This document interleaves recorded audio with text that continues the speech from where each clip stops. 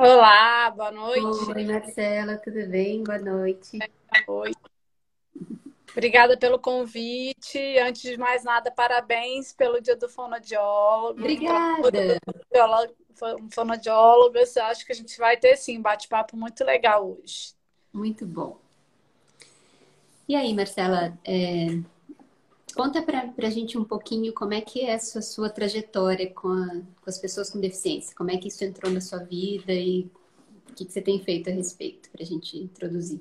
Vamos lá. Então, eu estou no movimento das pessoas com deficiência há muitos anos. Desde os meus 15 anos, surgiu na minha vida como uma surpresa, na verdade. Eu sou Amazonas, instrutora de equitação, formada em ecoterapia, e eu dava aula no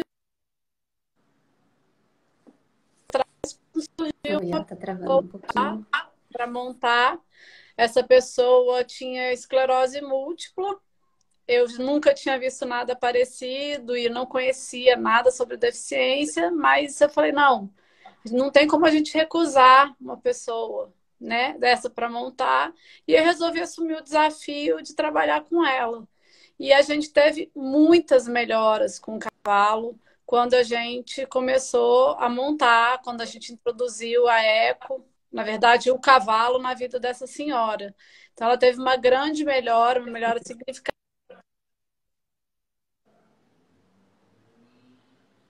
Depois, eu tive possibilidades aí com pessoas com deficiência.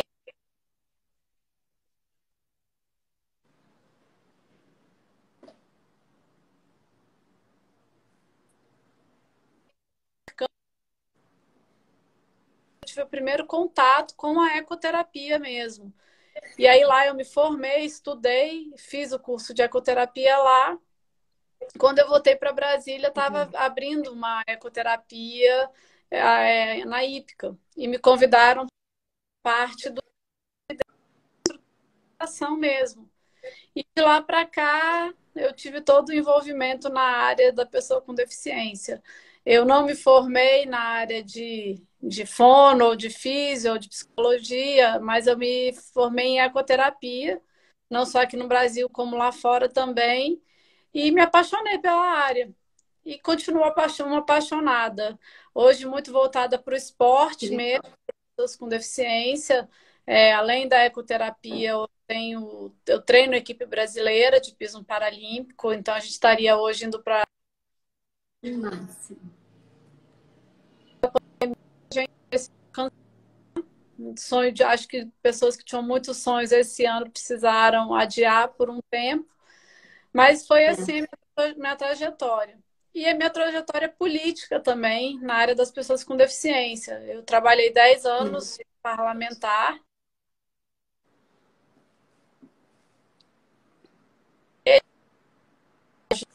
teve várias leis a respeito das pessoas com deficiência, inclusive a carteirinha do autismo hoje, né, que foi uma lei que acabou de ser aprovada e eu escrevi, idealizei, tenho muito orgulho de todas essas leis. E agora, em especial, eu estou na Secretaria da Família do Distrito Federal também para ajudar na questão das pessoas com deficiência e ajudar essas famílias que têm pessoas hoje em história. Sim. Marcelo, acho que sua internet está oscilando um pouco, está travando. Ixi, mas tá, deixa Oi, eu tá me tentar. ouvindo? Eu tô bem. Deixa eu tentar melhorar aqui. Tá. Vou falar, tá travando um pouquinho.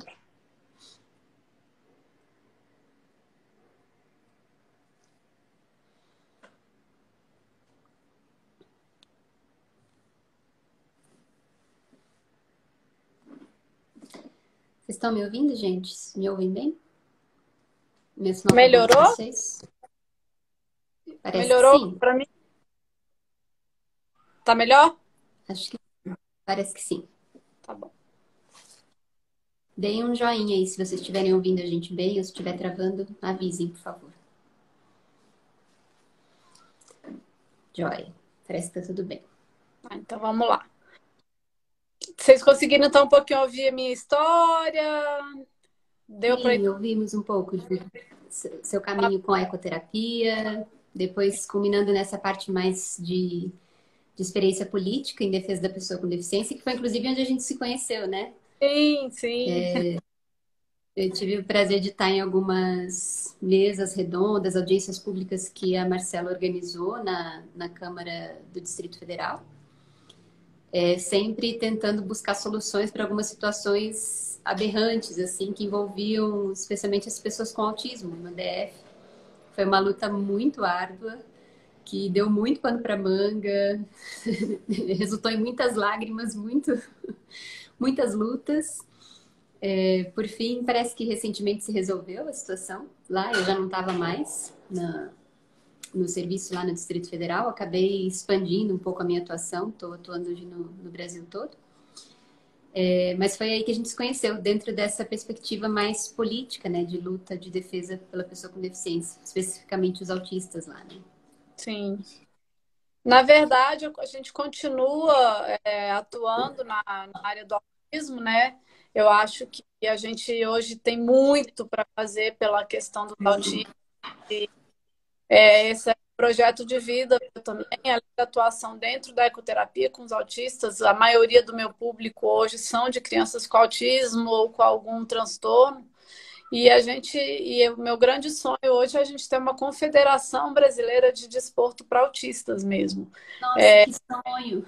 Então, está trabalhando nisso. Hoje a gente tem um grupo de trabalho trabalhando nessa construção desse projeto. Eu tive à frente durante um tempo da Secretaria Nacional do Paradesporto. Implementei o projeto lá, eles criaram a Secretaria Nacional do Paradesporto. Não estou mais à frente da pasta, mas consegui implementar algumas coisas, e entre elas esse grupo de trabalho para pessoas com autismo no cunho esportivo fundamental. Então, a gente está nesse grupo. A ideia é que a gente tenha realmente a Confederação Brasileira de Desporto para Autistas. É um desafio muito grande, porque quando a gente fala de várias formas e vários tipos e várias habilidades ou não, e idades, e é um mundo muito grande. Muito vasto, Um mundo muito grande. Mas a gente vem desenvolvendo algumas atividades e a gente pensou em algumas modalidades específicas para que a gente comece esse trabalho, né? Entre elas o hipismo, adaptado para o autista, o tênis adaptado para o autista, a natação, o exercício funcional, que funciona muito bem para eles. A gente tem conseguido vários ganhos. Então, a gente está realmente focado em continuar na luta pelo autista. Não só pelo autista, mas pela família, né? Pela família do autista. Porque é muito difícil para eles. Muito. Sabe que, falando desse nosso tema aqui das possibilidades terapêuticas, né? Eu tenho pesquisado muito e investido muito nas intervenções motoras para o autismo. É uma descoberta até recente, não, algo que a gente não se fala muito no meio da reabilitação do autismo, mas a gente tem percebido na prática clínica que as atividades físicas, que a intervenção motora como um todo, ela provoca um efeito global de um benefício muito grande. Então, quando a gente tem uma criança com autismo, por exemplo, que faz uma intervenção fisioterapêutica ou de outra natureza que seja mais intensiva do ponto de vista motor, a gente vê ganhos gigantescos em outras áreas do desenvolvimento, como a cognição, a linguagem, outras habilidades não tão diretamente relacionadas ao aspecto motor. Então, hoje eu tenho incentivado muito as famílias a buscarem o esporte. Óbvio, né? Em cada fase do tratamento, uma demanda, né? Eu trabalho com intervenção precoce, então às vezes eu atendo crianças muito pequenininhas, em que as demandas são outras e a gente vai atuando com essas, até para que ela tenha pré-requisitos de desenvolvimento global para poder estar dentro de um ambiente de esporte, de grupo, de seguimento de regras e etc, né? Mas tem sido muito frutuoso. Então, eu acredito muito no esporte, na atividade física em geral, mas acho que o esporte tem um quê a mais, né, de satisfação, de socialização e tudo mais, que é muito benéfico e muito útil para a reabilitação do autista. A nossa ideia, na verdade, é que a gente consiga atender todas as idades e todos os graus do autismo, né? Consegue. Então, a gente está fazendo um trabalho mesmo que envolve psicopedagogo, educação física, psiquiatra, neuro, fono, pedagogos, todos na área, para que a gente monte um programa para eles, né? Então, seria, na verdade, uma nova atividade no país. É uma ideia, eu não conseguia, a gente não tem isso no mundo ainda, Mas, pela complexidade do autismo. sim, E é, aí, está realmente trabalhando nisso, fazendo alguns testes. Algumas crianças vão conseguir entrar no programa, outras a gente vai manter nas terapias, é claro, mas e outras tantas também vão estar no programa esportivo regular. Mas a gente precisa ter uma estrutura esportiva adequada para eles. Não só uma estrutura escolar, não só uma sim, clínica escola, mas uma estrutura esportiva também, né? Hoje, no centro de ecoterapia que eu trabalho, que eu atuo, a gente tem 80 crianças com autismo. uau, E os autistas nascem todos os dias, e em números muito grandes. muito, muito. Fala nas outras deficiências, por exemplo, na questão da síndrome de Down, ou na própria paralisia cerebral, outras deficiências, o número continuou o mesmo de nascimentos no ano. Não teve um aumento tão grande, mas quando a gente fala em autismo, a gente teve um aumento gigantesco, né? Os Sim, diagnósticos mais precoces hoje, a gente consegue fazer um diagnóstico de uma criança precoce, as pessoas têm se especializado um pouco mais, a gente tem uma atuação maior dos pais, das famílias, dos profissionais. Então, eu acho que a gente também precisa dar essa oportunidade para eles, sem né? Deles dúvida. terem uma Olimpíada para autistas, deles terem um campeonato brasileiro para autistas, e eu acho que isso vai ter um envolvimento muito grande das famílias, dos profissionais de educação física, e aí a gente tem que ter esse envolvimento realmente. E aí isso destruiu o nosso país. O meu campo de atuação tem sido muito essa questão da detecção precoce, né? Eu tenho expandido, atuado no desenvolvimento infantil como um todo. Certamente o que a gente mais encontra nessa detecção precoce é o autismo, porque a incidência é muito alta. Mas a minha proposta aqui no Instagram e com outros recursos que eu tenho desenvolvido é justamente capacitar os pais para que os pais sejam os primeiros a identificar os sinais de alteração dos seus filhos. Então, a minha Excelente. ideia é popularizar o conhecimento, que às vezes fica restrito, para que os pais não fiquem à mercê, por exemplo, de um médico, ou de um professor, ou de alguém que teria que ter percebido, que não percebeu, ou que percebeu e não orientou. Porque a gente sabe que essa possibilidade terapêutica ela é infinitamente maior na intervenção precoce, né? Eu acho que você trabalha muito com a intervenção tardia, né? Eu sei que você tem muitas crianças já maiores que tiveram diagnóstico tardio, que não tiveram tantas possibilidades terapêuticas, né? Que não tiveram intervenções às vezes adequadas no momento adequado. Então É, você mais do que eu lida com essas consequências, né? a Da gente tem falta. alguns autistas adultos, né? Enquanto Secretaria da Família hoje, a nossa intervenção justamente é nos pais, na família. Então, a gente já tem um projeto para 2020 especificamente voltado para os pais de autistas, porque quando a gente fala na criança com deficiência ou quando a gente fala no autismo, né, que é nosso hoje o foco principal da nossa live, e tudo, a gente esquece muito da família deles, né? Sim, Com uma criança que recebeu um diagnóstico de autista, a primeira reação dos pais é de desespero. E agora? Por onde eu começo? Para que lado eu vou? O que que eu vou fazer? E a gente quer proporcionar, através do governo, através da Secretaria da Família, esses cursos para os pais, essa preparação, o receber do diagnóstico, o carinho familiar. Porque quando a gente fala nisso, a gente tem uma evasão paterna muito grande dentro dessa muito. família. A gente tem a desestrutura da mãe muito grande. Ela vai abdicar de muitas coisas na vida dela no futuro. Então, essa mãe passa 10, 12, 13, 14 horas com essa criança, e quando ela já tem outros filhos, a situação é ainda mais difícil. Então, ela não tem vida social, ela não consegue educar da forma como ela gostaria os outros filhos. Então, são uma série de intervenções que eu acho que ainda é Uhum. obrigação do governo, realmente, é que a gente tenha condições de fornecer estrutura familiar para essas famílias, para essas crianças, através de uma clínica escola, através de um programa esportivo, e que essas mães também sejam acolhidas, atendidas, Total. esses pais. E eu acho que isso tudo pode ser feito através de uma secretaria da família e através também de um plano esportivo, incluindo a escola, incluindo as terapias, incluindo os médicos, os diagnósticos. E se a gente tiver tudo isso junto, a gente consegue crescer muito e ajudar muita gente. Sem dúvida. Eu acho que a gente pode até trocar umas figurinhas depois, porque toda a minha proposta de trabalho tem sido focada na família.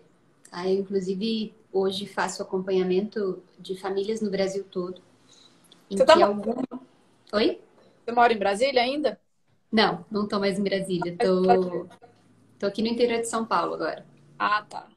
Meu pai adoeceu há algum tempo, eu vim aqui para ficar por perto. Aham.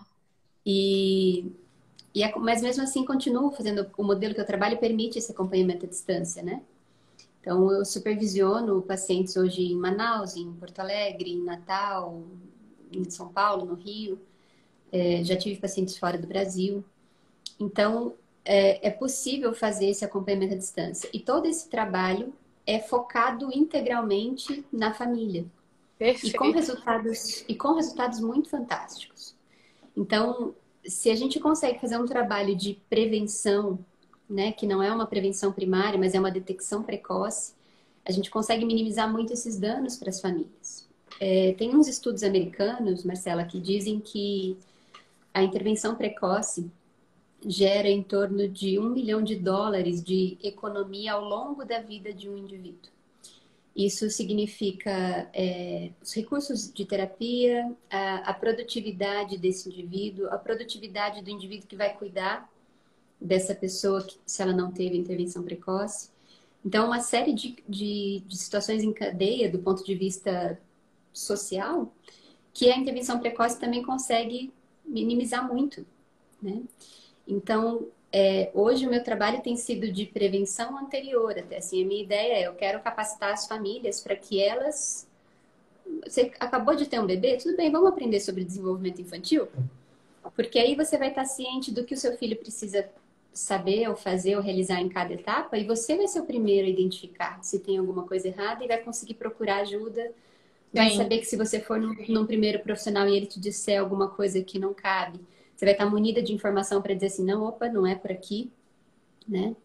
Eu tive vários casos de diagnóstico tardio de famílias que ficaram apoiadas na opinião errada de um profissional, né? Isso acontece muito, né? A questão dos Muito. dados também é um problema muito grave hoje, que a gente precisa também tomar cuidado, né? Todas as crianças hoje que têm que os pais ou que as pessoas vejam terapeutas ou os médicos é autista, e aí muitas vezes não é autista, e aí as outras deficiências vão ficando de lado também, assim. Tem uma preocupação muito grande com a questão do DEPAC. São diagnósticos muito difíceis de fazer, mas muitas crianças têm esse diagnóstico, estão diagnosticadas de forma errada, e fatalmente eles vão ter uma ideia errada e o desenvolvimento não vai ser satisfatório. Então, essa é uma preocupação muito grande também da gente, a fazer o diagnóstico de forma correta e com calma, né? É muito difícil hoje você ter um diagnóstico precoce de uma criança. Eu recebo hoje ligações de crianças com 1 ano de idade com diagnóstico de autismo. E isso é preocupante também, né? Porque a criança ainda É está na fase. preocupante, Marcela, até certo ponto, assim. O que que a gente tem observado? Que se a gente consegue identificar muito precocemente, a gente não precisa do diagnóstico para iniciar uma intervenção, né? Sim, mas não talvez o Então, diagnóstico hoje, correto, mas a intervenção com certeza, sem dúvida. Exato, né? Então, hoje, por exemplo, eu trabalho já com a identificação de sinais de risco em bebês, né? A partir de 6 meses de idade, né? Com base em alguns trabalhos americanos e etc. Então, a gente, inclusive, esse tem sido a minha linha de conversa com os pais. A gente não precisa fechar o diagnóstico nessa fase. A gente identifica sinais de risco. E aí a gente tem toda uma possibilidade gigantesca quando a gente está nessa fase, inclusive da gente ter uma remissão tão intensa dos sintomas que a gente sequer chega ao diagnóstico depois. Sim, Então, por exemplo, hoje eu avalio bebês que claramente têm sinais assim, que são crianças que eu tenho certeza absoluta que ao longo do tempo chegariam a um diagnóstico. Mas a gente inicia já a intervenção normalmente por orientação parental e tudo mais. Então, quando a gente começa esse trabalho, essas crianças, por conta de uma série de questões aí neurobiológicas, né, da plasticidade cerebral, essa capacidade que o cérebro tem de se adaptar nessa fase, que é muito maior do que quando ela já é mais velha. Então, a gente tem, às vezes, a gente inicia a intervenção, aquelas características, elas vão mudando radicalmente de uma semana para outra. Porque a gente tem um cérebro totalmente plástico, totalmente adaptável. sim.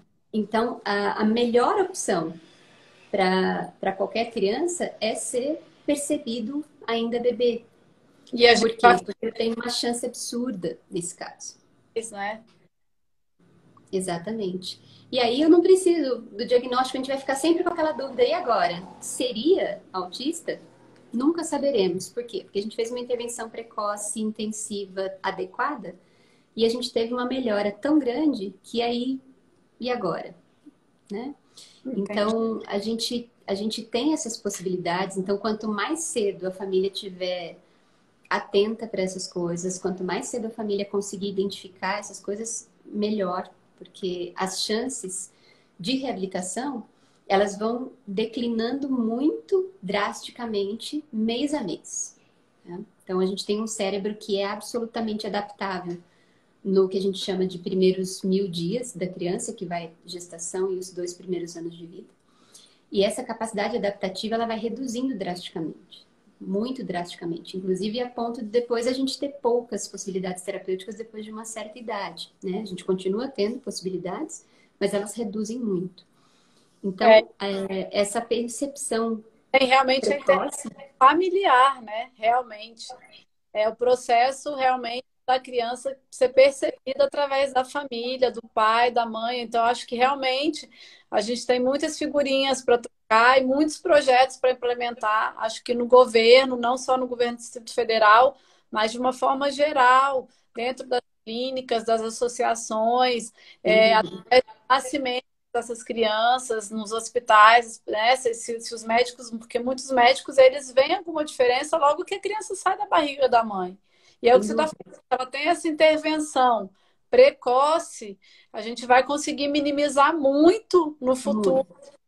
da criança, as terapias, a angústia das famílias, né? Porque quando a gente fala numa criança com deficiência, a gente tem a angústia familiar de uma forma geral, que não são só dos pais, a gente inclui os tios, avós, os irmãos, então a gente consegue minimizar muito, além de minimizar toda a questão emocional, a questão financeira, que é super Sem importante dúvida. no país, né? Ainda mais no meio de uma pandemia e do que vem depois dessa pandemia, Exato. e até pegando um gancho mesmo, você falando da questão precoce, mas agora a gente tem várias doenças associadas ao Covid-19 e doenças Muito. tardias mesmo. E aí a gente fala em ansiedade, em depressão, em insônia, a gente fala em deficiências motoras, em pessoas que ficaram na cadeira de rodas, em pessoas que tiveram comprometimento neurológico, comprometimento de Sem memória. dúvida. Então a gente fala na precoce, a gente fala agora no pós-pandemia, a gente ainda não Des- sabe o que vai acontecer com as crianças que tiveram as mães com Covid-19, se as crianças terão alguma sequela, né? A gente teve essa semana um exemplo grande aí da mulher da Alok, que quase morreu com a Covid-19, o parto precoce, prematuro da filha. Então, a gente, além de ter toda essa questão do precoce, das mães, de desenvolver, a gente vem o pós-Covid. A gente ainda não sabe Sim, quais vão ser as sequelas deixadas pelas mães que tiveram Covid durante com certeza. na gestação. Exato, a gente tem que lidar agora também com as sequelas, né, de uma situação nova que a gente ainda não sabe muito bem como lidar, Sim. né? E você estava falando aí dessa questão, por exemplo, econômica, né? Que maravilhoso que é, por exemplo, quando a gente pensa na intervenção extremamente precoce, como é o caso dessa proposta, um trabalho que vem sendo feito, um trabalho americano interessante que vem sendo feito, a gente vem adaptando algumas ideias para cá. Quando eu tenho uma intervenção com um bebê, eu tenho a possibilidade da própria mãe fazer essa intervenção. Então, imagina como muda completamente a perspectiva, né?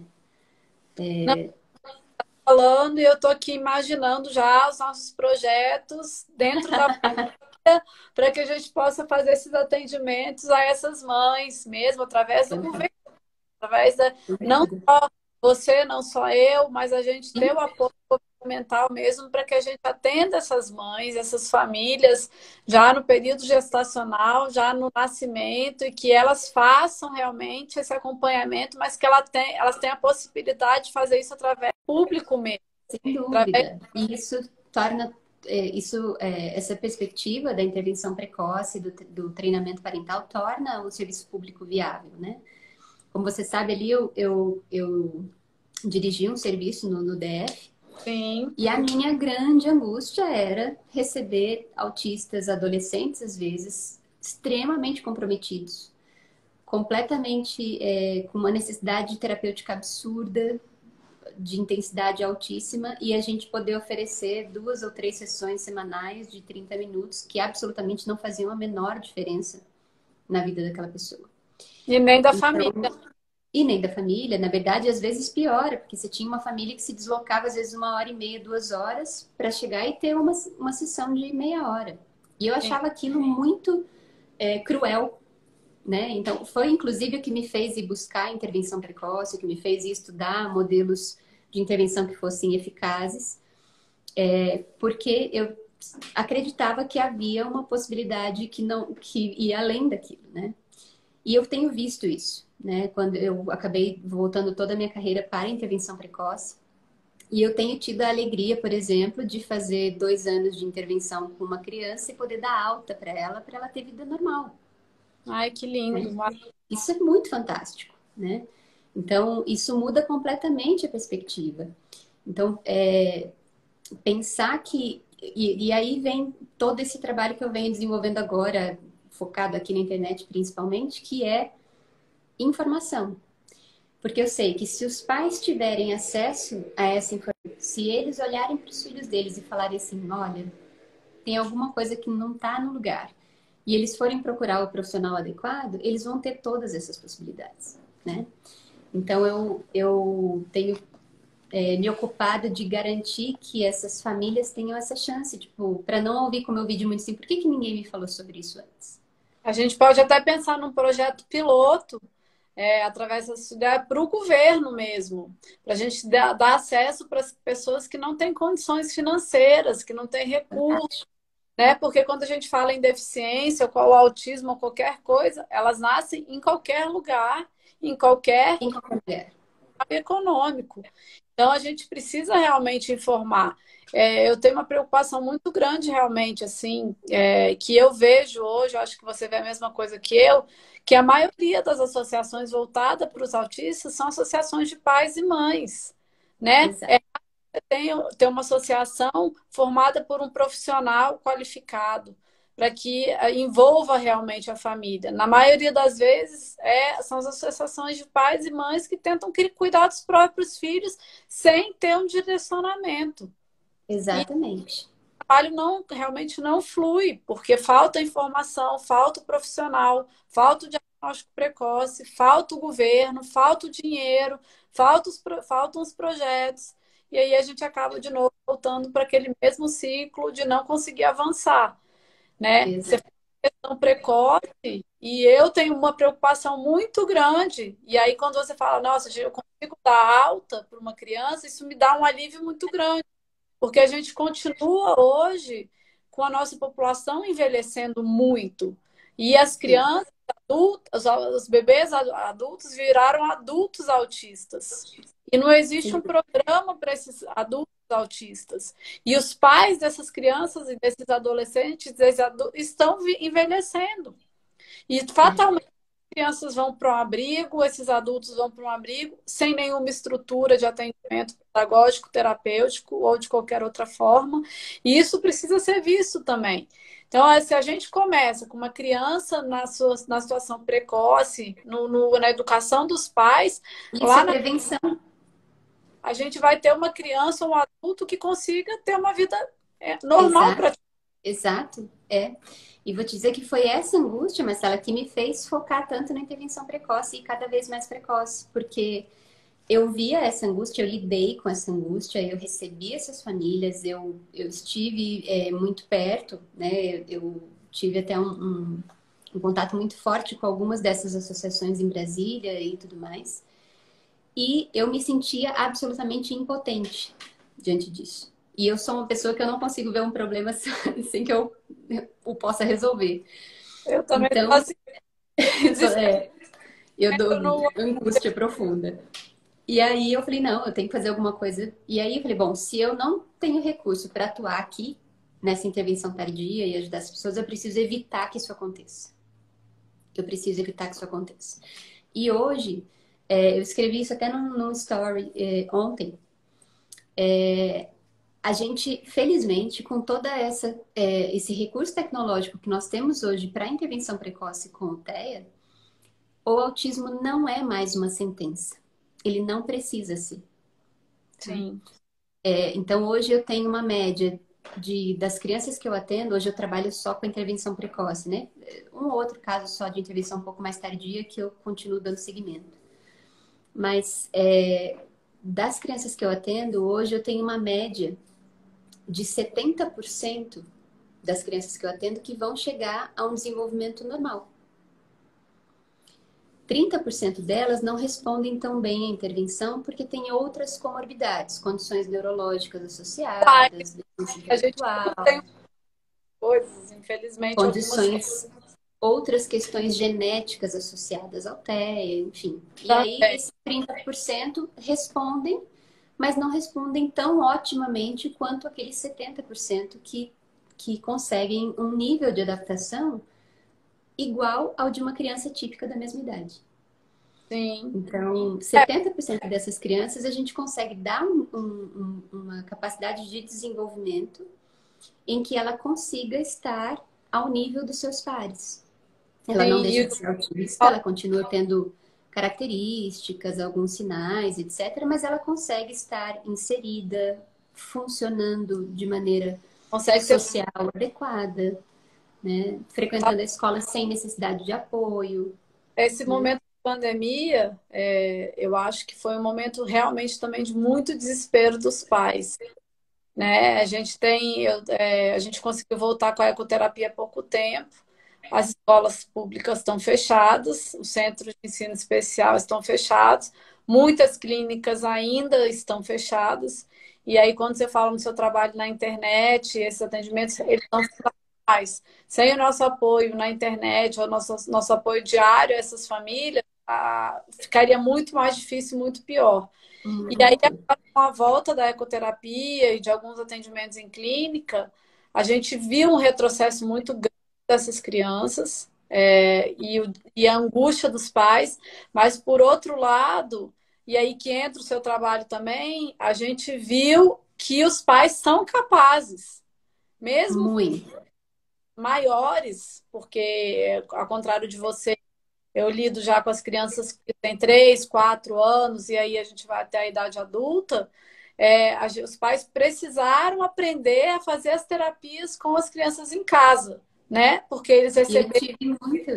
Eu tive muito essa realidade, porque a maioria das minhas famílias, as assistentes terapêuticos que às vezes, né, assumem a intervenção sob minha supervisão, não podiam frequentar mais a casa das crianças. E aí vai a gente para a internet treinar pai e mãe à distância, ensinar todo o processo, todos os procedimentos e funcionou, né? Na maioria dos casos funcionou. Óbvio que às vezes há algumas dinâmicas, por exemplo, de outros filhos, de home office, de coisas que às vezes dificultavam um pouco a efetividade.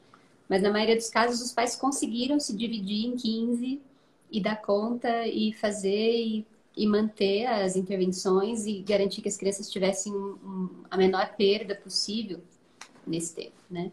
Então, os pais são, sim, e eu acho que, assim, os pais são os maiores especialistas nos seus filhos. Com certeza, sem dúvida. A gente teve ontem o Dia da Família, né? Foi comemorado ontem o Dia da Família e a gente quis homenagear ontem um pai, na verdade, de uma criança autista. Esse pai ficou viúvo há 3 anos atrás. O filhinho deles tinha 3 anos, autista. E ele, para mim, é um exemplo de família estruturada mesmo sem ter a mãe hoje em casa. Ele manteve o filho em todas as terapias, os outros 2 filhos também. E nessa situação do home office, o filho aprendeu a ler. Olha, E fantástico. esse final de semana a gente teve um exemplo na ecoterapia, porque a gente está fazendo um trabalho para o Natal, até para essas crianças terem um Natal também, porque esse ano nem o Natal, nem as confraternizações, nem É, a gente poder ter um Papai Noel, apresentar o Papai Noel para essas crianças, e a gente vai conseguir. A gente fez um trabalho realmente pedagógico lá no centro para que a gente mostrasse para essas crianças que o Natal ainda, que a gente tem Natal esse ano. E a gente conseguiu filmar essa criança lendo vários nomes de Natal.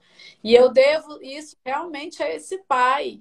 Esse pai, foi professor, ele foi cozinheiro, ele limpou a casa, ele se dividiu em 15 e a gente teve resultados. Então, eu acho que a gente está muito alinhada na nossa conversa quando a gente fala que a gente precisa realmente instruir os nossos pais, as nossas famílias. sem sombra de dúvida.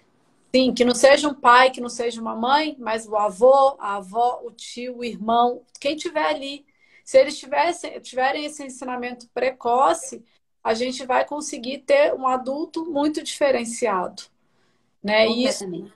está diretamente na questão financeira, na questão do governo, na questão financeira do governo. O governo vai precisar investir muito menos nos centros de ensino especiais por aí, que aí a gente ainda bate, né, nessa lacuna dos centros e nesse embate de como vai ficar isso, se a gente vai incluir, se a gente não vai incluir, se existem os centros especializados ou não, mas se a gente tem esse atendimento precoce, com certeza a gente vai conseguir que essa criança esteja incluída realmente num programa escolar normal, com pouquíssima ajuda.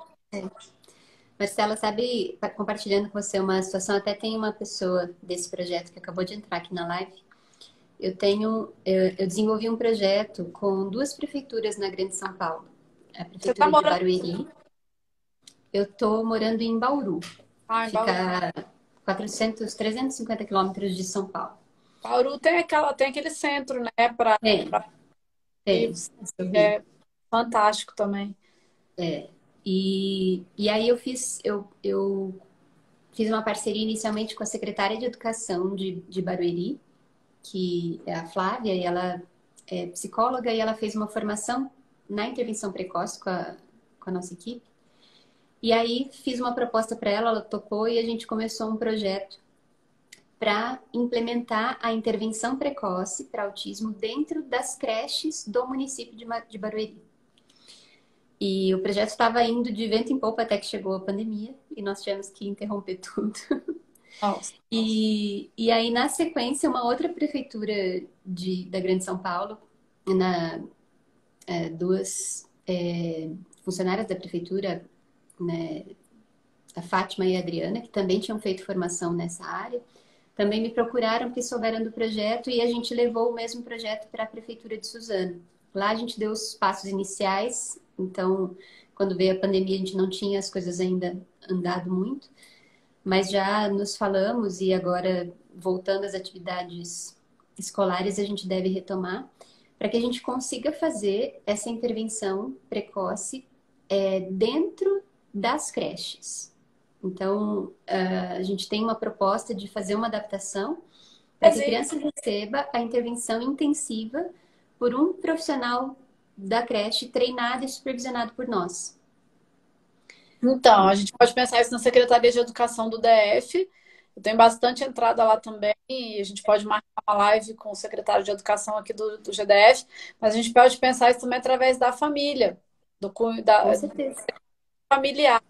A gente já tem um projeto que se chama Famílias Fortes, que é um treinamento para os pais e mães, para a educação dos filhos mesmo dentro de casa, questão muita mídia social, celular e etc., que hoje as pessoas vivem dentro de um celular e essas crianças também. É um acalento, muitas vezes um acalento para os pais poderem ter um descanso também, principalmente na pandemia, mas eu acho que pode pensar na educação familiar dentro da Secretaria da Família. É um projeto fantástico, inovador. A Secretaria da Família Federal é a primeira do Brasil. A gente veio através da Secretaria da Mulher e da Família, da Secretária Nacional, da Ângela, e a gente acabou de criar a Secretaria da Família do GDF. A gente está com a gente tem um bebê de 3 meses.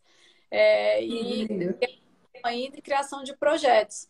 E eu acho que se a gente fizer esse projeto que você falou, ele é super, super viável para a nossa secretaria, pensando na educação familiar precoce, já na gestação, e quando a mãe vê a diferença no filho, a gente vai ter ganhos fantásticos no Fantástico. Inclusive porque quando a gente trabalha com os bebezinhos com sinais de risco, a gente precisa de muito menos intervenção. Então, por exemplo, para uma criança de 2 anos que é diagnosticada e que precisa iniciar a intervenção, os estudos mostram que a gente precisa de no mínimo 15 horas de intervenção semanal. Ou seja, isso significam 3 horas por dia de terapia. E é isso que as minhas crianças recebem. Tá? Quando eu faço isso para um bebê com risco de TEA, essa necessidade de meia hora por dia. Não, olha, que a própria mãe pode fazer. Economicamente, realmente, de todas as formas, né? É muito mais viável, sem dúvida. Horas semanais, a gente precisa que essas crianças fiquem por 3 horas por dia, durante 5 dias na semana, em terapias. Muitas delas não têm nem como pagar a terapia. Não. Os planos de saúde não aceitam muitas intervenções na questão do TEA e as escolas não têm como receber todas essas crianças. E aí a gente fala na clínica escola de novo, que precisa acontecer, né, para que essas crianças fiquem na escola de manhã e que tenham os atendimentos terapêuticos no período da tarde ou no contraturno. E aí, quando você está falando em 3, 4, 5 anos, a gente tem crianças hoje com 5 anos que não tem diagnóstico ainda. É absurdo. Elas já perderam 5 anos de atendimento, 5 anos de terapia. Aos 5 anos, a gente já tem quase todas as bases consolidadas. Exatamente. A gente tem muito poucas possibilidades a partir dessa faixa etária, né? Óbvio, há o que fazer, sem sombra de dúvida, mas essas possibilidades são muito reduzidas. Sim. E quando a gente pensa numa criança muito pequenininha, a gente tem possibilidades imensas, e quando a gente pensa num bebê, a gente tem muito maiores ainda, né? Com muito menos custo, com muito menos necessidade de especialização do profissional, então a gente consegue atender muito melhor, diminuir muito as dificuldades, os problemas, né? E a gente consegue orientar essa mãe que ela perceba a diferença no filho na hora que ela vai amamentar. Essa mãe já consegue. Exato. Exatamente. Então, eu acho que isso tem muito a ver com família. Eu acho que a gente sai da questão educacional e a gente vai trabalhar a família de uma forma geral. E aí eu queria realmente contar com você e com o seu grupo de trabalho para que a gente consiga implementar esse trabalho aqui no governo federal e que seja um projeto piloto mesmo, para que a gente possa no Brasil inteiro e pensar que a gente pode ajudar quantas mil pessoas quando a gente tem um projeto desse. Um projeto que falou aqui em 50 minutos, em 2 projetos que são projetos pilotos e que tem muito para dar certo. A questão da ação precoce de uma mãe na hora que vai amamentar uma criança, sentir essa diferença, para ser estimulada, ensinada a ser estimulada, e na hora que a gente fala na questão esportiva para o autista, que também tem muitos resultados positivos. Muito, muito. Eu sou grande defensora desse viés, tenho focado bastante meus estudos sobre isso, sobre a relação do desenvolvimento motor com as outras áreas. Tenho estimulado muitos pais a buscarem intervenções motoras, né, das mais diversas, porque tenho visto quanto isso também muda a trajetória da reabilitação. Né? A gente tem crianças que às vezes não conseguiam responder a proposta de intervenção, e aí quando a gente focou no desenvolvimento motor, a gente conseguiu alavancar todo o resto. Sim. Então eu acredito muito nisso, acho que é uma via muito importante. E naqueles que já têm algumas questões consolidadas, que o desenvolvimento já está ali um pouco mais consolidado, a gente tem outras vias de socialização, de inserção, né, de sentido de vida até, que fazem toda a diferença, né? Sim, eu acho que a gente pode dar um pontapé inicial hoje para todo mundo que estiver assistindo, para quem vai assistir depois, porque sempre gravadas as lives e as coisas, mesmo com não tanta gente na live, a gente já consegue atender muitas pessoas e isso vai crescendo e a gente dá realmente esse suporte para todas essas famílias. Eu acho que se a gente tiver um projeto estruturado, a gente tem muito, muito, muito a acrescentar na vida de muitas pessoas, né? Hoje a gente fala, sei lá, em 500 mil autistas no país. Isso se a gente. Isso que não tem censo. Não, Subdiagnosticados uma boa parte, viu? sim, a gente não tem o censo desde 2012. Eu me lembro quando eu estava no gabinete, foi um pedido do Fernando Cota, que é um grande Sim, apoiador aí da questão conheço muito. autismo, mas o Fernando hoje também está num processo muito difícil, porque ele tem um filho adulto autista em casa, e realmente ele tem que dedicar muito a esse filho autista adulto, mas era um pedido dele que a gente tivesse um censo né, que o IBGE fizesse um censo para saber a quantidade de autistas que a gente tem no país. E essa conta não existe. Mas se a gente fizer um diagnóstico, ou se a gente contar quantos a gente recebe por dia, quantas ligações, quantos pedidos de ajuda, a gente chega num número gigantesco. E que Fora, Marcela, os diagnósticos tardios mesmo, né? Por exemplo, eu tardios. tenho vários pais de pacientes meus que têm recebido o diagnóstico depois do diagnóstico dos Eu filhos. também recebo, eu tenho hoje no centro, os pais são autistas também.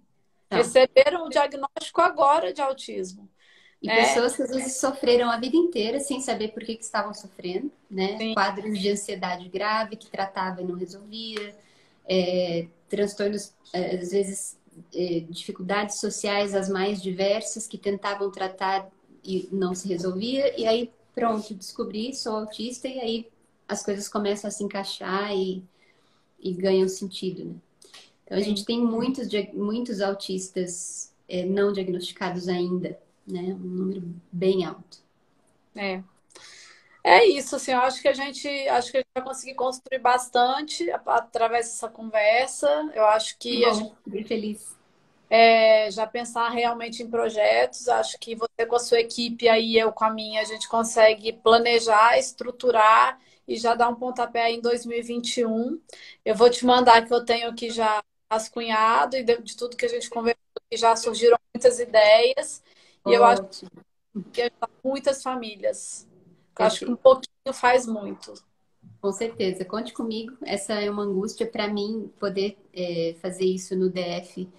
Sou até como um ato de reparação, assim, porque eu acabei ficando no serviço Só um público. minuto, vou abrir a porta para minha filha, que está ali sozinha, eu estou sozinha em casa com ela agora. Vai, Um minuto, eu volto um minuto. tranquila, sem problema.